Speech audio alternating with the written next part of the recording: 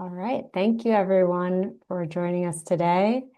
We have a webinar on the Evidence Partnership, Bridging Statistical Thinking and Evaluation Practice. This is sponsored by the Evidence to Impact Network, which is a new collaboration between the American Evaluation Association Quantitative Methods Topical Interest Group and the American Statistical Association. So I'm going to jump in with an introduction to just run through some basics of what program evaluation is to set the stage for how statisticians and evaluators can collaborate together. I'm a statistician at WestStat, and I also adjunct instruct at Penn State, where I received my PhD. And I'm talking about program evaluation today, which is just one type of evaluation, but I hope that some of these ideas will be generalizable and interesting to everyone to set the stage. So my overall goal is sharing this process from step 1 to 6. How does a program evaluation work? What does it look like? And before I jump into that, I'd like to start by making the distinction between two terms that a lot of evaluators are interested in making the distinction between: evaluation and research. This isn't a perfect distinction. This is kind of a hotly debated topic, but two main things that are understood as being different between the two are the purpose and where the questions usually come from. In research, researchers usually ask the questions, and so they come from the discipline and they're answered to produce generalizable knowledge for the field.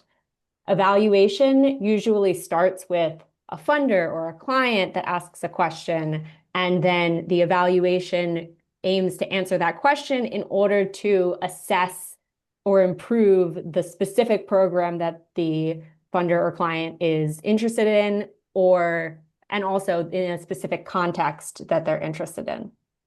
So that's kind of one of the biggest distinctions. If you're interested in this article at the bottom, Wanzer 2021, really digs into this distinction. So that's kind of a fun thing to look at. And I'll start with an example of a program evaluation. This is just a general example to give you an idea, make this a little more concrete. If you have a funder who's working with a contractor to help evaluate a program to support college success for former foster youth, so individuals who were formerly in the foster care system and who are aiming to get college degrees, you have a program that's aiming to support those youth. And so I'm just going to use that as an example as I go through these steps. The evaluation team is the first step. You pull together who your evaluation team is, and it typically includes individuals from the funding agency or the funding body. In this case, the program itself is happening in this nonprofit space where we have a nonprofit serving foster youth, and so the nonprofit is also part of the evaluation team. The evaluation center, or whoever was contracted to perform the evaluation, is also included on the evaluation team. And it's also very important to include individuals with lived experience. In this case, young adults who have experience in the foster care system are also pulled into this evaluation team to provide context. And the entire team will work together to develop a logic model. Sometimes this has already happened at this point, or the program has developed their own logic model. But regardless, there's almost always some type of logic model. And the logic model is a flow chart that shows how the program works and underlying theory or assumptions. So here's the most basic logic model that I could think to put on a slide. On the left-hand side is the theory of action for the program. So the resources or the inputs that go into it, in this case, are coaches and also other partners that are students can be referred to. Activities are students are able to meet with these coaches, and then outputs are just easily quantifiable things like how many students there were in the program, how many sessions were held. And then on the right-hand side, we have the theory of outcomes.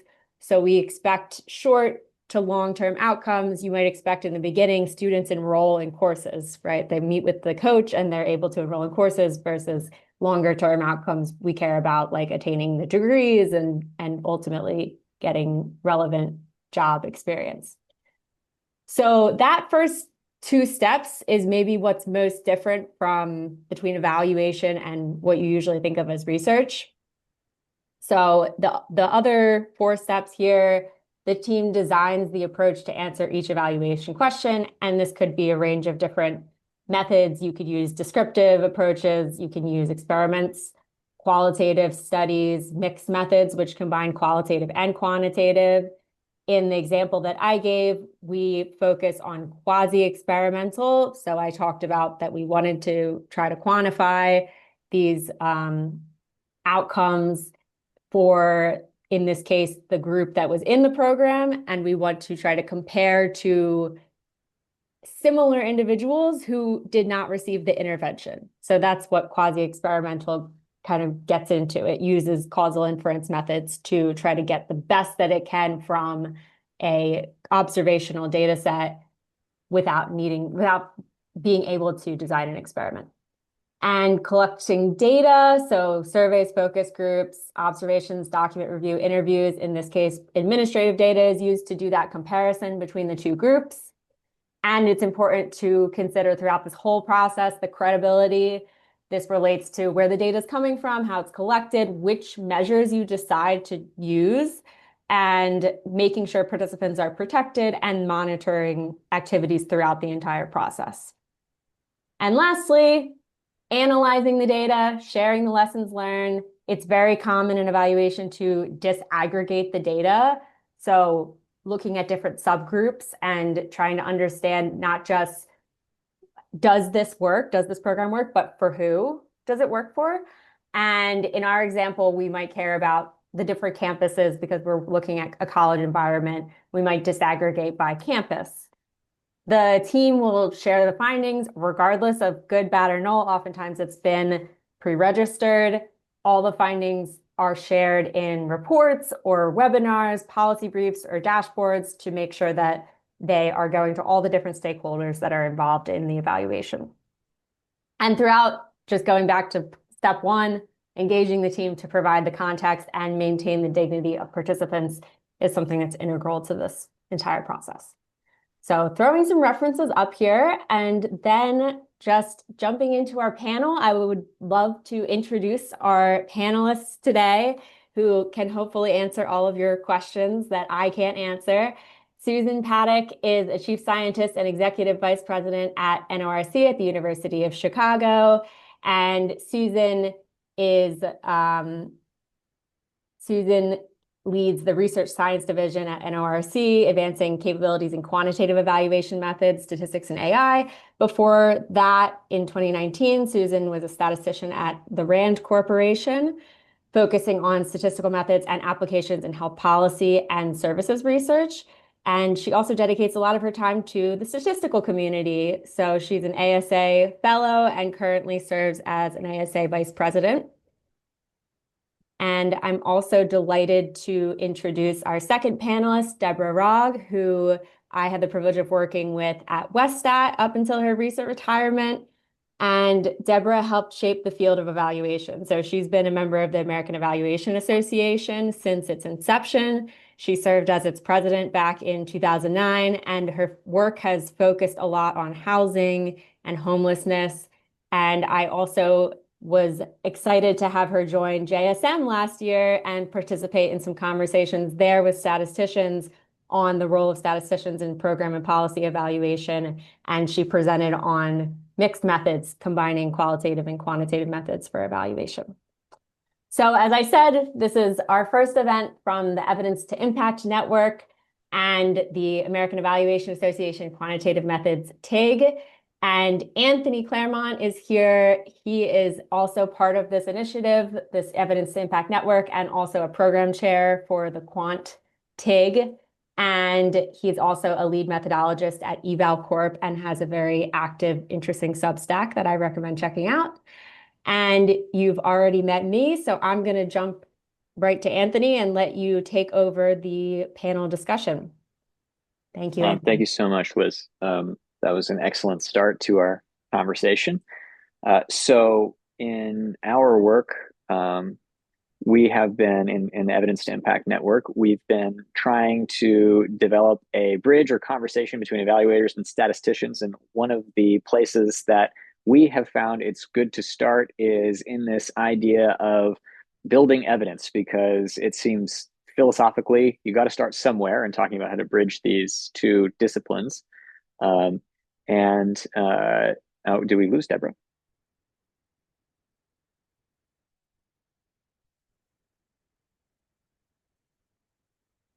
Sorry, folks. Yep, it does look like we did, but Okay. hopefully she'll be back Okay. soon. Um, okay. And she Hi, is. Deborah. Uh, all good. Okay.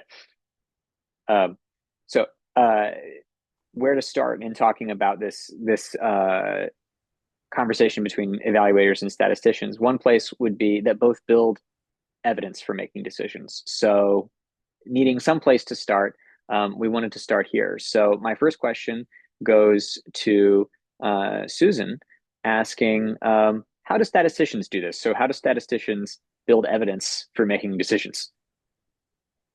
First of all, thank you for inviting me here today for this. I'm really excited to be here, and this is already a really great discussion. I would say, as long as I'm wearing the statistician hat here, that I think it's fair to say that we lead on the quantitative side, and then we have to take a quick journey to all other concerns that intersect with that.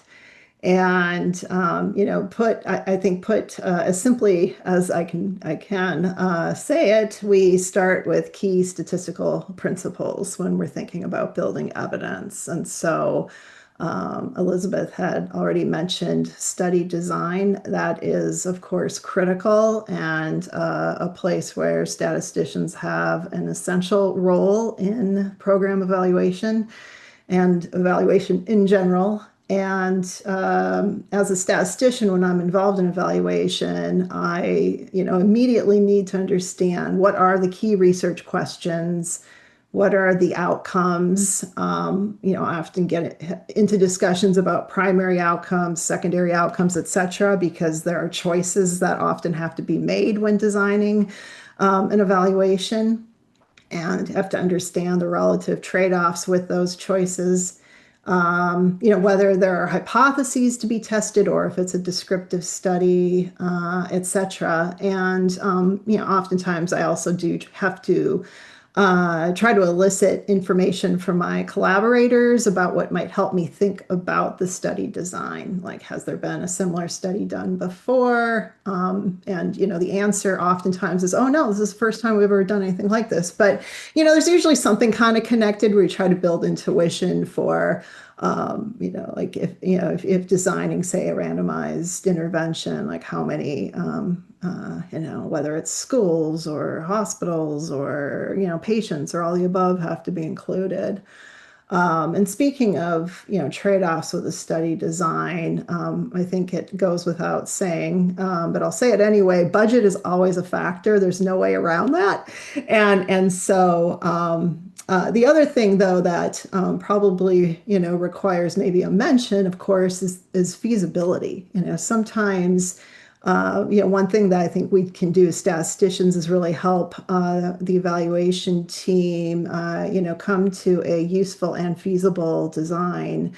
And if, there is and sometimes I've been faced with some very sort of challenging requests, and that might involve sort of level setting or just kind of recalibrating what, we really can do given what is ultimately of interest to, a client. So for example, I was in one study where um, the goal was, it was basically like to look at the effect of, giving essentially a manual to communities to help them implement different programs aimed at teens, prevention programs of different sorts. And each community had its own goals and own programs. And I had to think, well, how do we get to something kind of clean and explainable here?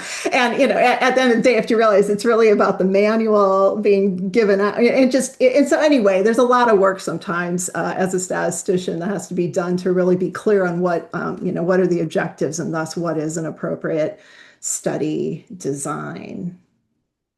Maybe when people think of what statisticians do, they're thinking of a much more mechanical process. And everything that I'm hearing is about how the human touch really matters and how many conversations you have to have is one of the things that I was thinking while you were giving that answer. And I know evaluators will resonate with that part too. So, Deborah, same question to you. How do evaluators build evidence for making decisions?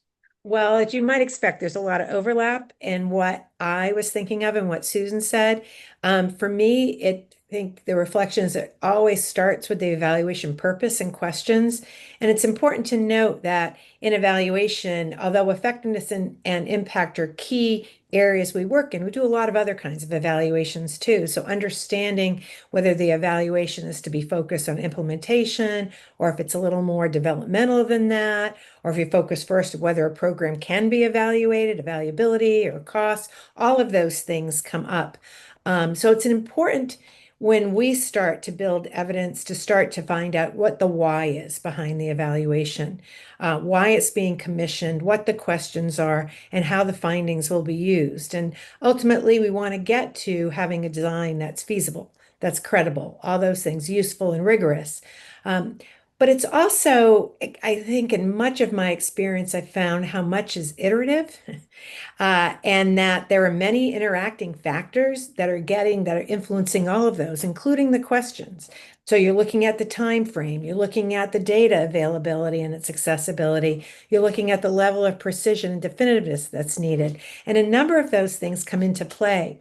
And as I was preparing for this, I was thinking about an evaluation a long time ago where the evaluation questions changed as we got into this. And it was I worked many, many moons ago with the state of Virginia. It's a group called the Joint Legislative Audit and Review Commission, kind of like the GAO at the federal level. And they wanted to evaluate a restitution program for nonviolent offenders. And of course, what they wanted to know right away is, are we reducing recidivism? But the program hadn't been around long enough to be able to do that. We made all kind of errors. So we had to have conversations with them. What do you really want to know? What they wanted to know, were we on the right track?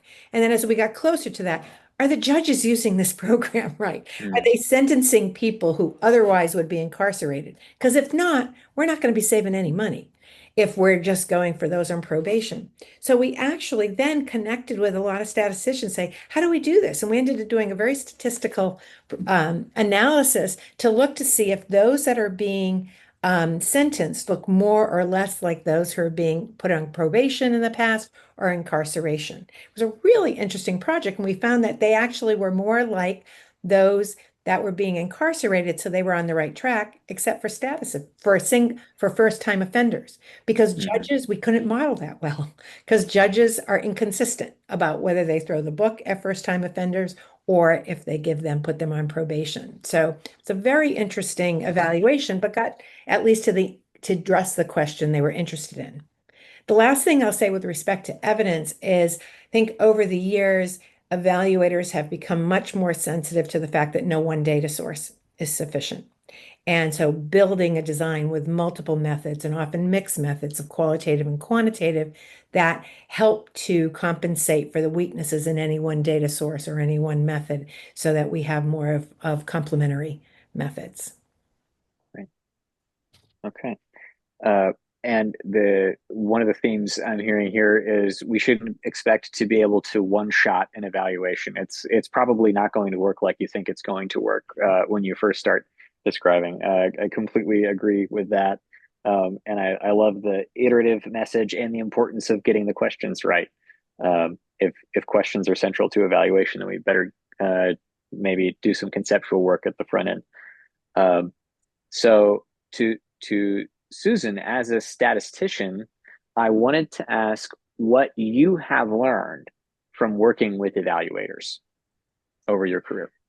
Yeah, absolutely. I mean, I think one of the first things I learned early on is that not all measures of success in a study or in like an approach are statistical. So, I remember being on a study where, or project where there was a prediction model, that was a big focus of it, and there's discussion about its, R squared values and there was a technical expert panel involved, and I think someone said, well, R squared might not be the right metric, and it's one metric, and but there were other metrics as well. I mean, I think this was over 20 years ago. It was a healthcare prediction model, and one of the types of analyses we engaged in then, and that my collaborators at NORC who work in healthcare evaluation are doing even to this day, is something called, like an impact analysis. And like, oftentimes, especially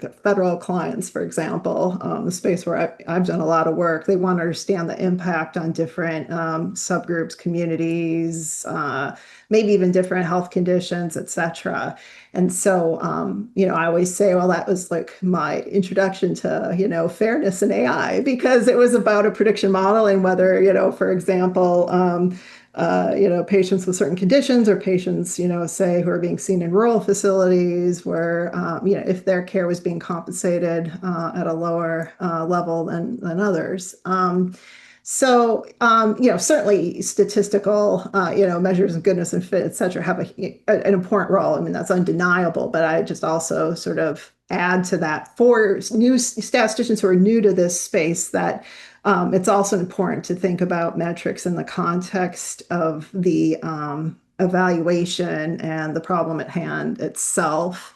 I also learned, Deborah mentioned mixed methods and qualitative approaches. I've learned, about that, of course, from my evaluator colleagues. And I will say that, those methods could be very powerful for distilling sort of understanding what happened. It's one thing to say, well, we don't really, see a huge signal on, this program moving making having a big effect here, but understanding why can be, really important, in terms of digging into that qualitative data, talking to people, et cetera.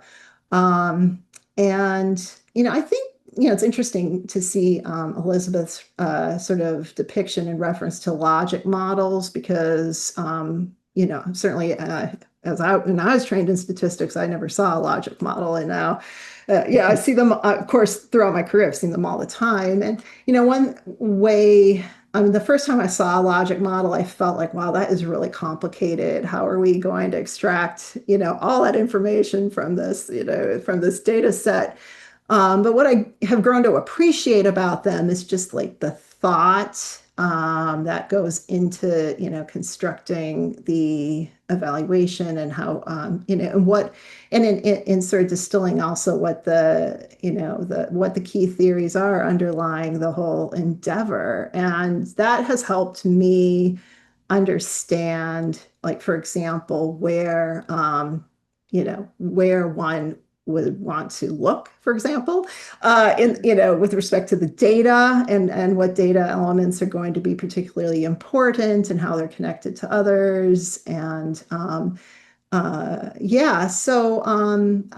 think the final thing I'll say, I think just being a statistician and working with collaborators who, whether they're evaluators or implementers, et cetera, is that, and as Elizabeth mentioned, evaluation tends to be very, sort of client focused on a specific problem at hand. And so I think that, we can certainly learn a lot in our collaborations with evaluators in terms of how to be an effective statistician in those, client relationships. And so, I've certainly benefited greatly from my interactions with evaluators over the years. Even just making you a better statistician, regardless of being an evaluator, right? Oh, absolutely. Yeah. And Deborah, over your career, what have you learned from working with statisticians? Well, the first thing I've learned is bring them in early. Make sure that before a design is locked in, often statisticians can have a lot of good ideas that can help shape the design and shape other things you're doing. I think too often we bring them in at the end when to just do analysis when that doesn't make sense. Usually not as good to maximize that. But when I was thinking about this question, what sort of hit me is thinking of Donald Campbell's validity frame, and he has 4 types of validity he talks about. And the 2 we talk about a lot are internal and external validity. And those actually are quite commonly thought about in evaluation. Evaluators are pretty well trained in those. I think are good at designing studies that can help maximize internal validity and thinking about external validity. But the 2 other types, statistical conclusion validity and construct validity, are less spoken about, yet critical to what we do, are so important. And it's where I believe statisticians can play a huge role and maximize that because it's an area we don't train evaluators well in, or they don't get enough of that. So I'll go over those just very briefly to what they are because people may not be as familiar with them. But again, Donald Campbell is one of my heroes in evaluation. So if anything you can see about Donald Campbell, I encourage you to look at that. But statistical conclusion validity refers to the extent to which the conclusions that you draw from the statistical analyses about relationships among the variables, particularly independent and dependent, are reasonable and correct, or are they the result of errors in the analysis? So you think about type 1 and type 2 errors. Right? Type 1 errors are those when you say a relationship exists when it doesn't exist. Oftentimes we can have that when we have too many outcomes, for example. How can we control on that? Type 2 is when no relationship exists when it actually does. And again, we can talk about statistical power. Those are just 2 areas that we can think of, but there are others as well, aspects of measurement reliability, ways in which we may violate assumptions of the statistical tests, all can lead to incorrect conclusions about what we have. And those breaches are really important. And I think it's an area that statisticians can really amplify and help in evaluations. The other area that I've always been keen on, because I think another area I think we as evaluators are not as well trained in, is all the measurement aspects and construct validity, which is the appropriateness of the inferences made on the basis of observations and measurements.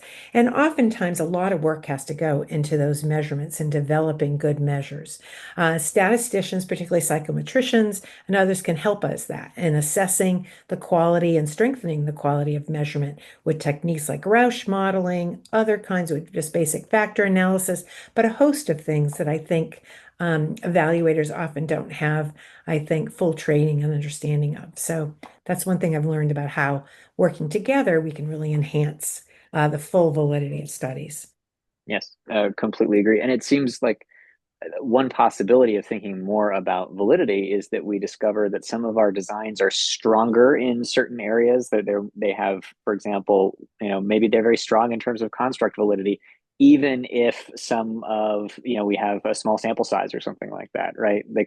We might discover that these don't have to be additional problems to solve, right? We might find out that some of our evaluations are actually quite good in other dimensions that we haven't been thinking about. So now for the rest of the time, I just want to pose a few questions to both of you and give you both a chance to respond freely. And my first question to both of you is about how people with different training and backgrounds, since that's been a theme of what we've talked about so far, can talk past each other. And I was wondering what you think some of the common ways that statisticians and evaluators can talk past each other when we're attempting to collaborate. So to switch things up a little bit, Deborah, do you want to start with that?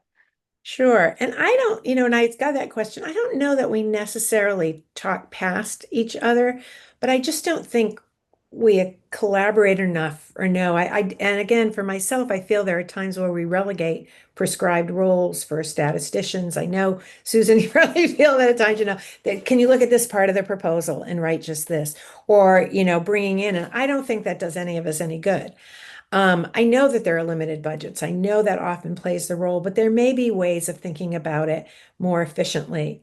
What I think from the statistician side, and maybe I've got the wrong perception, but my perception is there may be a range of things that statisticians might focus in, but they tend to be more alike than different in training. Whereas I think with evaluation, it's not a monolith, right? There's wide variety in the types of folks that are involved in evaluations. And oftentimes it's hard for us to talk to each other because somebody may be an economist, somebody may be trained qualitatively, somebody may never been trained in evaluation, but they're doing it from, the disciplinary perspective that they're in. So I think that disciplinary variability can complicate the kinds of relationships we develop and have to be able to nurture and talk more about our training and what we're doing, which I don't think we really do.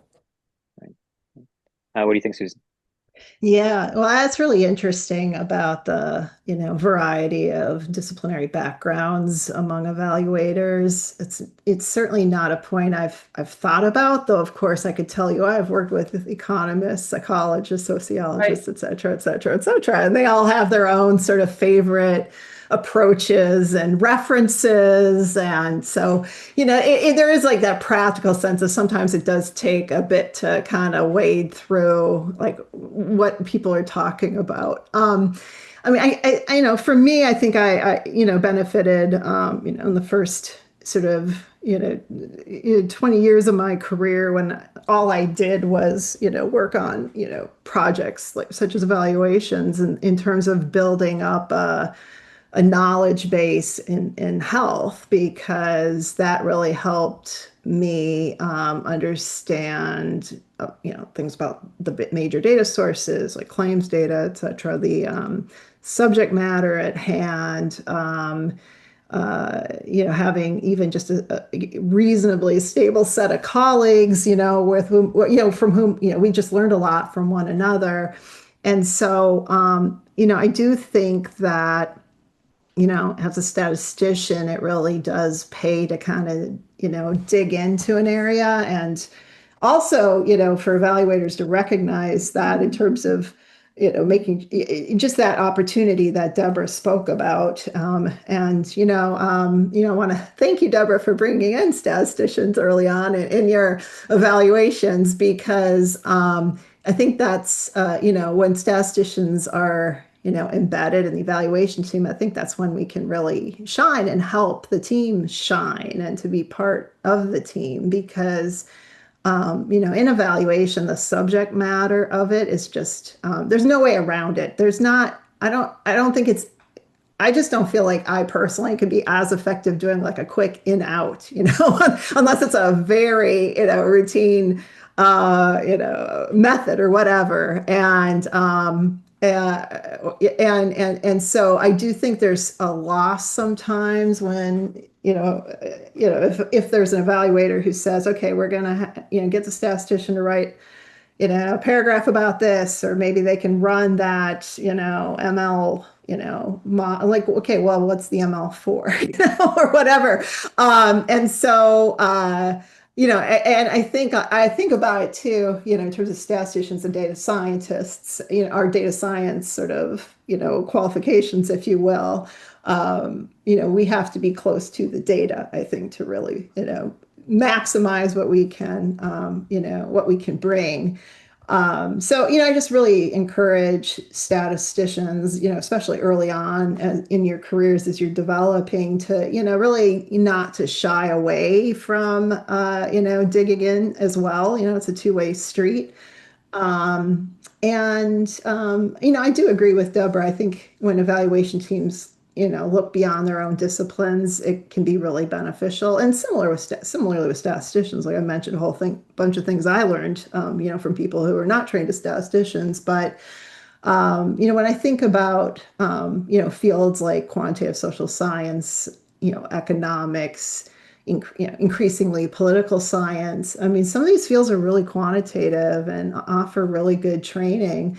But my, observation is that the mainstream of the field, I mean, there are always going to be people who excel in all these fields quantitatively and on the leading edge, but like the mainstream, I think, does tend to take a bit of time in those fields to catch up with where, statistics is. And so, I do think, for statisticians, one of our, advantages it can be met if we, indeed, keep up with, the latest and the greatest. And, we have like that, sort of methodological theoretical training to help us sort of evaluate new methods as they arise, and to do so in a pretty rigorous way.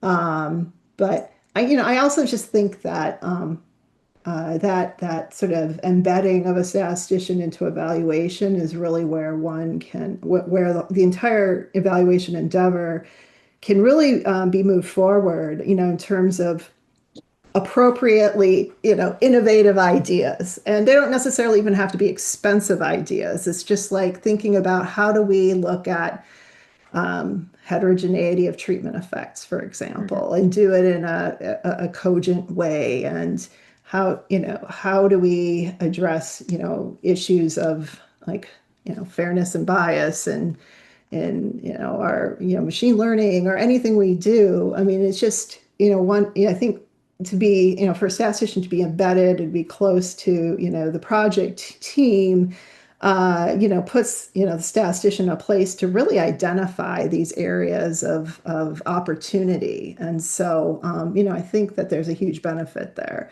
And, the final thing I'll say on that is I think as a statistician, I think good communication, we always talk about it, and building trust, by listening to, asking good questions, and, doing all of those good, things that we learn about in terms of what makes a good statistical consultant are all really important here.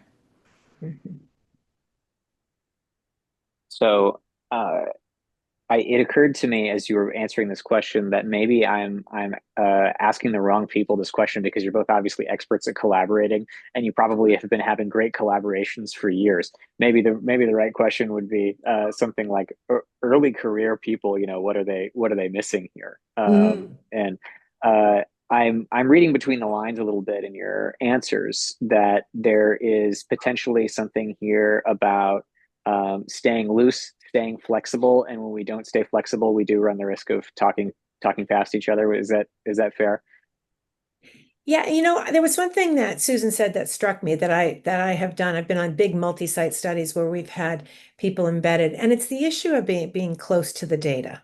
Mm-hmm. And I'm always keen about walking through the data and knowing my data and understanding it. And I think I'm a really good consumer of statistics and consumer, but I don't know how to run most of them. And I'm good in that. But I think it's not fair to not allow the statistician to have that level of knowledge of what's going on in that, because you can only do better if you're understanding where all the warts are, what all the issues are with it, but where there are also the possibilities. Because sometimes we also find, I was going back thinking in my head of studies where, no matter what we tried to do, there was no effect for what was going on for an intervention. But how do we maximize the knowledge of what we have with this multi-site study that we're doing? And in conversation, because our statistician was close to the data and looking, we ended up doing something. I know there's several terms for it. I think it's well, the one that I know is trajectory analysis. There's another term for it too. But we ended up looking at trajectories of change, which became very, very helpful. But that was only because we were all talking together and trying to see how we could maximize the learning, and they were close to the data. And I think when you don't have that, it hamstrings. And so I would say to young statisticians or new statisticians coming in to ask for that, to say what you need in order to be the strongest you can be for the team and to be able to maximize that. Go to the meetings. Yeah. Stay with the project. Don't just ask for a data set at the end. Right. Evaluators, invite your statistician early. Understand that, and understand the content a little bit more of what's going on and what the pieces, but also the data warts, I think, are important, particularly when we're talking about admin data. That's key, but also in some of the other data that we have. Yeah, Anthony, it's so interesting to say go to the meetings, because as Deborah mentioned, she mentioned something about budget, and I know like in our environments, people are very focused on making sure, these projects hit their, budget targets and such.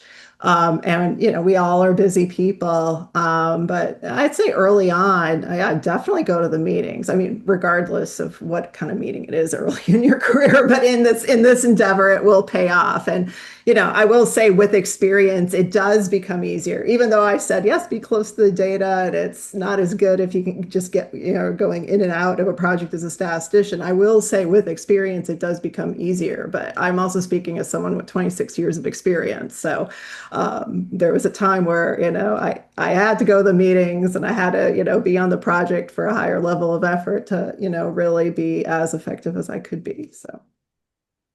It also cuts down on some of the analytic challenges if you can understand and develop those analyses early on and understand all the pieces up there. You don't go down some rabbit holes you might go down otherwise. So, Right. but it is hard on tight budgets, and it's, getting tighter. So it's tough. Yeah.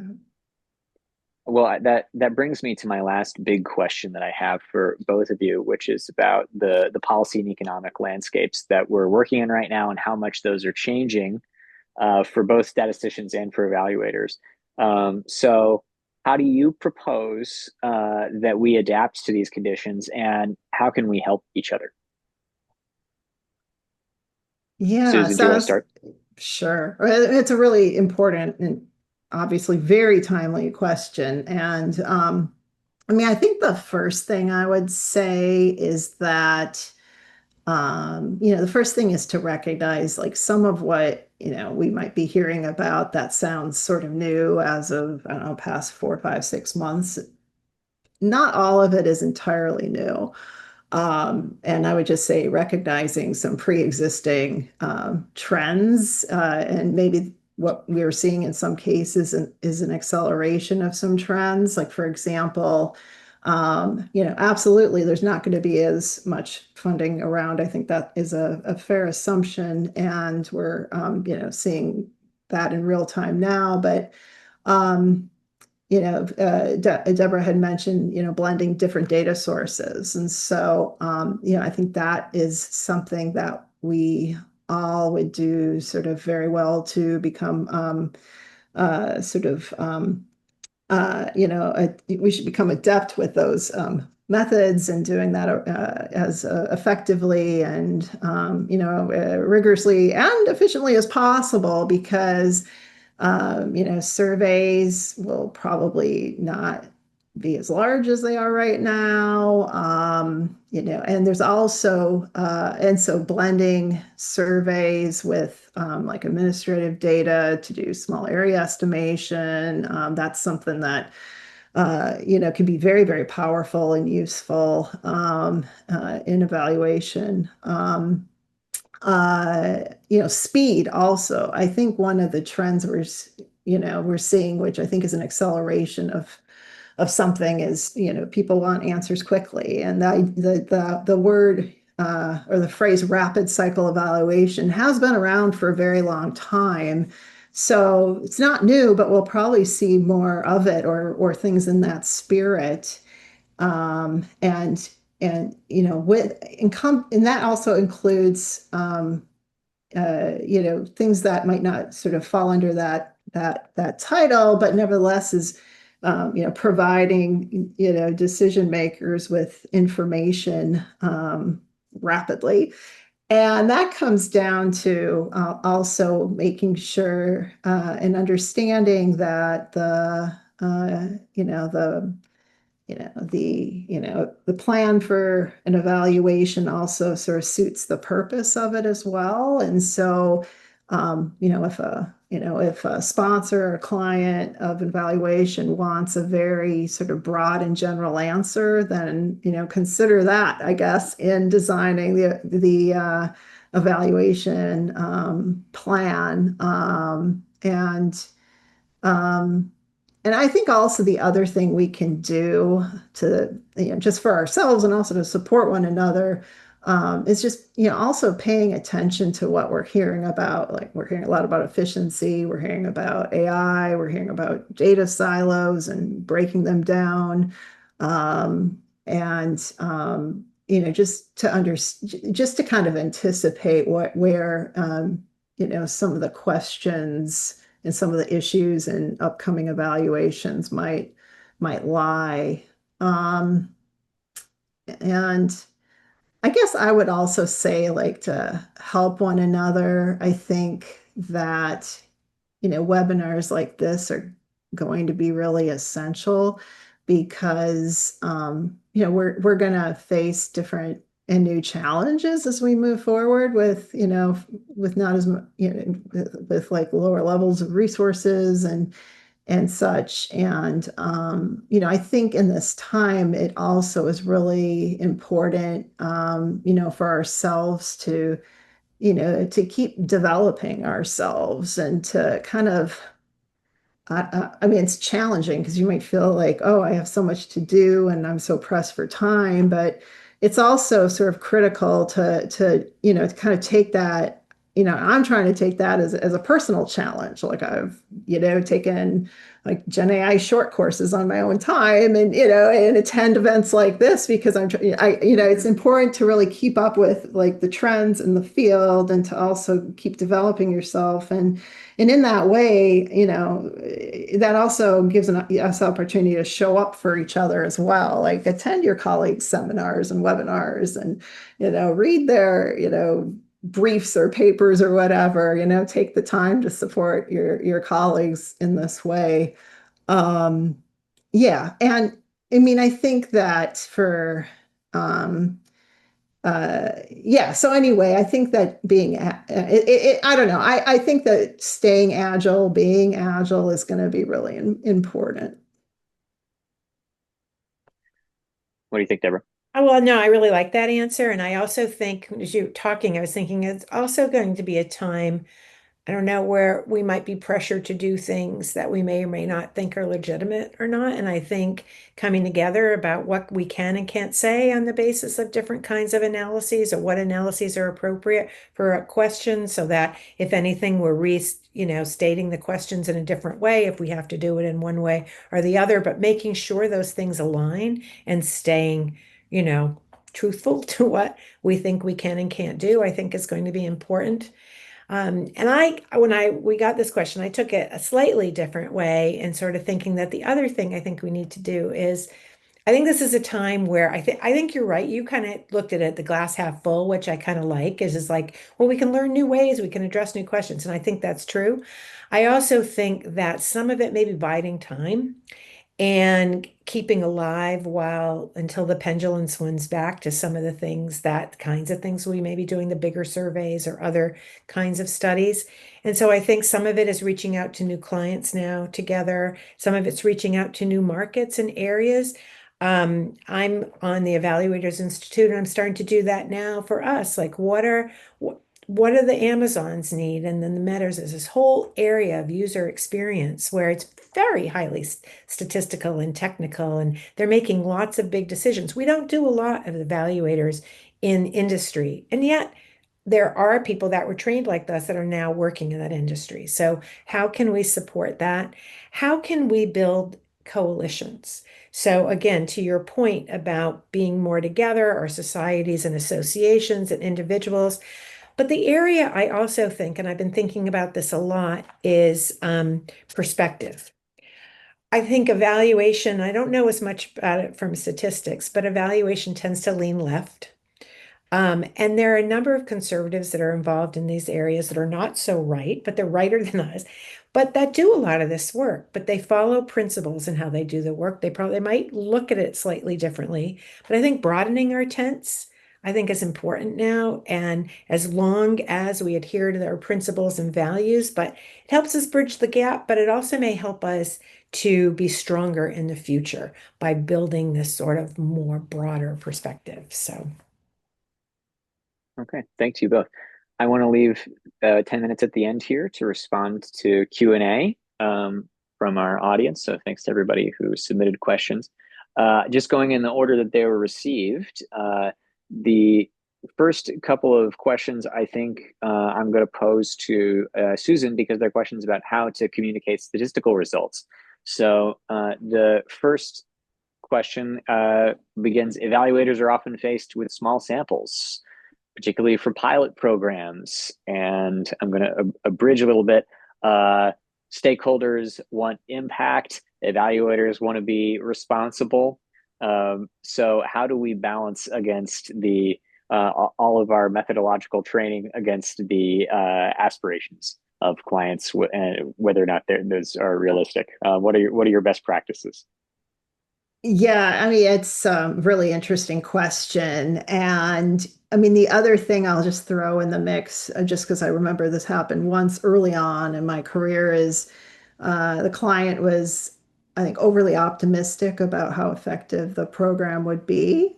And they, and that, can become a kind of a danger zone for us in terms of planning, a study. And so, I think here, communication is important, and I think also conveying, some of the, translating the technical details into something that a non sort of quantitatively oriented client will understand, and what, the potential impact might be, and also the potential upsides. I mean, another thing I learned from evaluators was the how pilot studies could be used, and I was so surprised when I was asked to help design a pilot study, and the goal was, let's just see if we can do this, like not even anything about outcomes, except could we collect them. And so yeah, I think there are sort of considerations like that one might be able to work through in that type of a situation. Right. And the second question along those lines was, lawyers and judges want proof, statisticians talk probability. How do we connect these different approaches to what is evidence?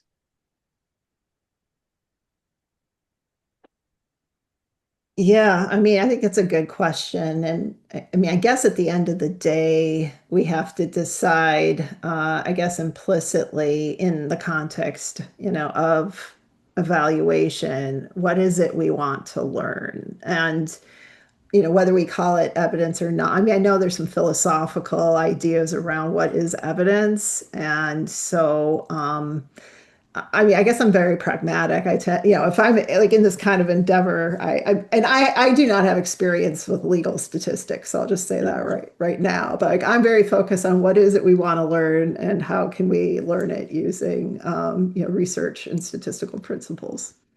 Mm-hmm. And I'll just go ahead and pop in there. I'm not even sure that the legal profession is particularly consistent in how evidence is treated, right? In a philosophical sense.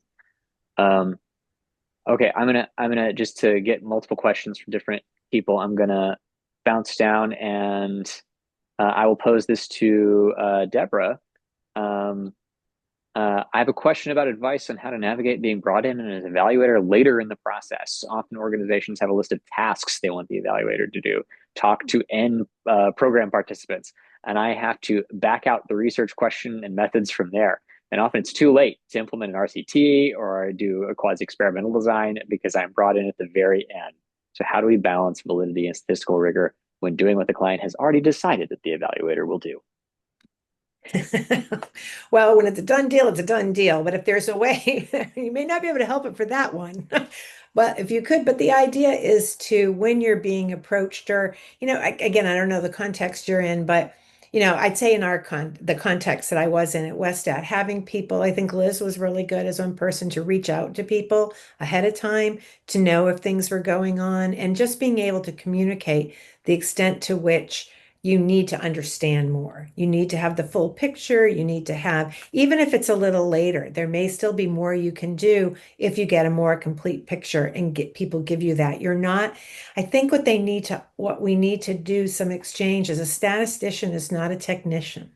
They're not coming in and they're just programming that. And I think that gets what people think sometimes. And it's not that. It really is a scientist coming in and looking at it from a different level and a different perspective. And you have to kind of start that bridging, that getting to know you and trying to do that. It may not work in the first one you're in because it may be too late, but you might have changed that person in knowing that the next time they need to do that, and you still might maximize some opportunities there. So I think, being able to educate in that way may be important. I love that distinction between technician and scientist. Yeah. Science is messy. So I have a question here about authorship. Who gets authorship? Does the when there's a research report, is it the evaluator, statistician who uncovers the insights, or is it the program developer or program coordinator? Deborah, what do I you think? saw that question. I was like, wow, authorship always becomes an issue. Well, it depends, right? And there are certain times where if there's a project director or there's a PI, they're almost always going to be the first author on a report, particularly if it's a federal report. There are others. But that doesn't mean, so what I tend to try to want to do with people, it doesn't mean that you can't write other things. That doesn't mean that there can't be chapters or other areas that are authored by the statistician. I think it's very hard because usually these projects are very big, and the conceptualization of the whole design may be someone else, but then the findings and how they're done is someone else. So trying to bridge that and maybe trying to have multiple products can often be the way to go on some of that, or chapters, and then see Mhm. where you can be. It's tricky, or there's Mhm. acknowledgement of where these different pieces are. I think particularly when it gets to publications, then that might be something else to decide then. One of the things we've done in some of our big multi-site studies is come up with publication policies and how we determine that and have that a priori set down. That doesn't happen that Mhm. often, but Right. Right. So there may be a possibility for multiple articles in the same yeah, topic. yeah, Yes. for sure. And real quick, Deborah, do you have a reference for trajectories of change? I'm not off the top of my head, but Okay. this the author it's been a while, begins with an N, but I have to look. Okay. Is it Daniel Nagin, Yes, perhaps? Nagin. It's like, Prop Well done, Trudge and everybody. SAS. yeah, there's that, but there's also growth mixture models with the guy Yeah. that has an umlaut in his name, then I'm forgetting who Muthen. Yeah. No, yeah, mutanes, yeah, Yeah, Muthen. I don't never pronounce yeah, it, but it's with the, right. yeah. Okay, so I'll pose this to both of you. In psych and other behavioral science, we've seen increasing focus on transparency, reproducibility, and open science practices. What are our perspectives on how evaluators and statisticians address these considerations in evaluation?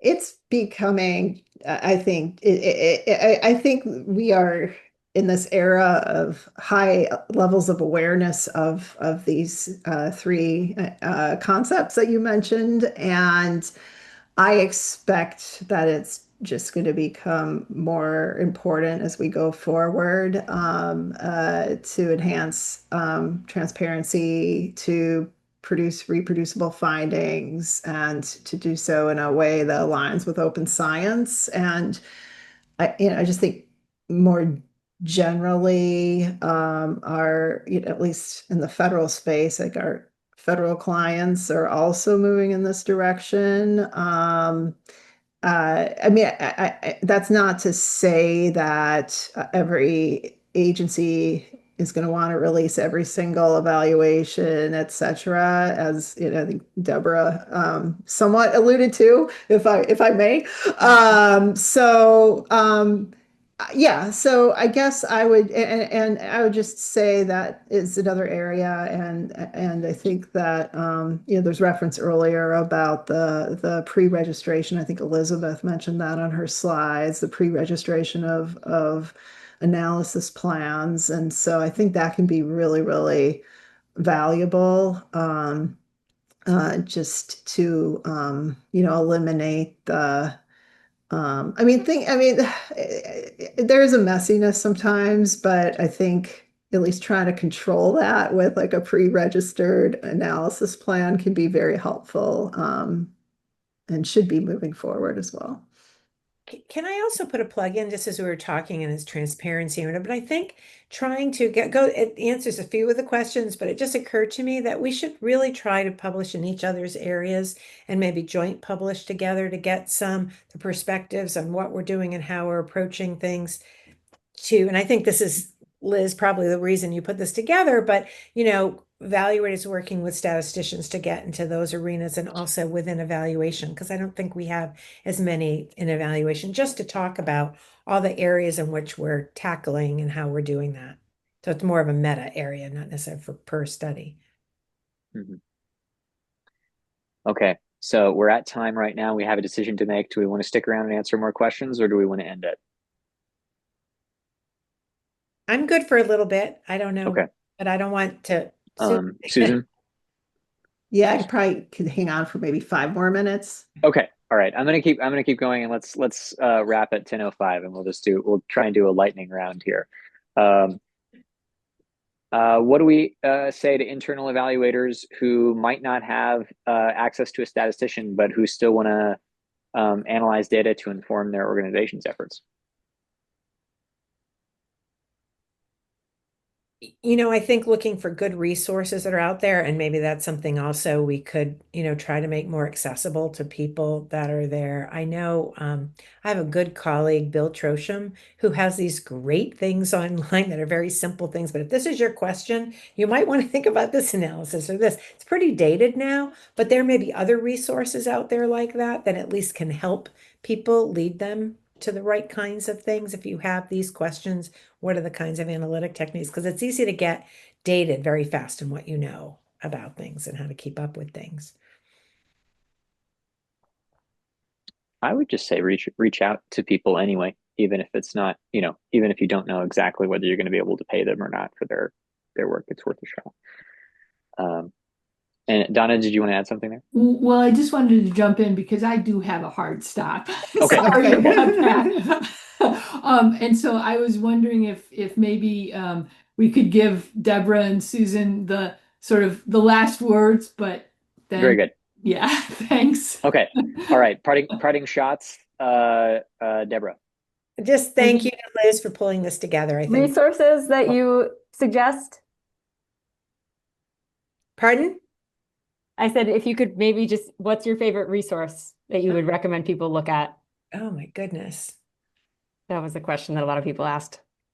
Well, I'm just big on some of the old ones. If people don't know any of the Cook and Campbell and Stanley threats to validity, that's a good place to start for statisticians if they're not familiar with those. Yeah, I completely agree. I think anything on causal inference is reading anything on causal inference is time well spent for those who are interested in evaluation. And I will answer the very last question. Can an evaluator and a statistician ever be the same person? I say absolutely yes. And that would be possible with the tight collaboration and the embedding that we discussed today. Okay. Thank you very much. Thank you. Yeah, thanks everyone. This has been wonderful. And I apologize for this tight schedule, but appreciate your time. Yeah, thank you for reminding me. Okay. All right. Thanks to everybody who Thanks. showed up. Yeah. All right. Thank you. Bye. Bye everyone. Bye.